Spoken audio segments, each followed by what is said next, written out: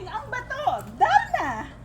Kumusta po kayo? Welcome po sa Panlasang Ameripina. Gusto ko pong ipakita sa inyo ang t-shirt na Panlasang Ameripina.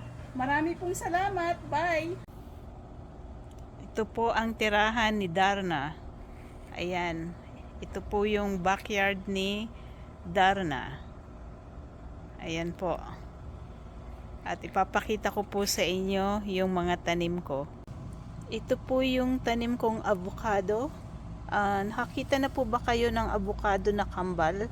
Na sa isang buto, dalawa yung puno na tumubo. Kaya papangalanan ko po itong isa, avo, at itong isa, kado, avocado.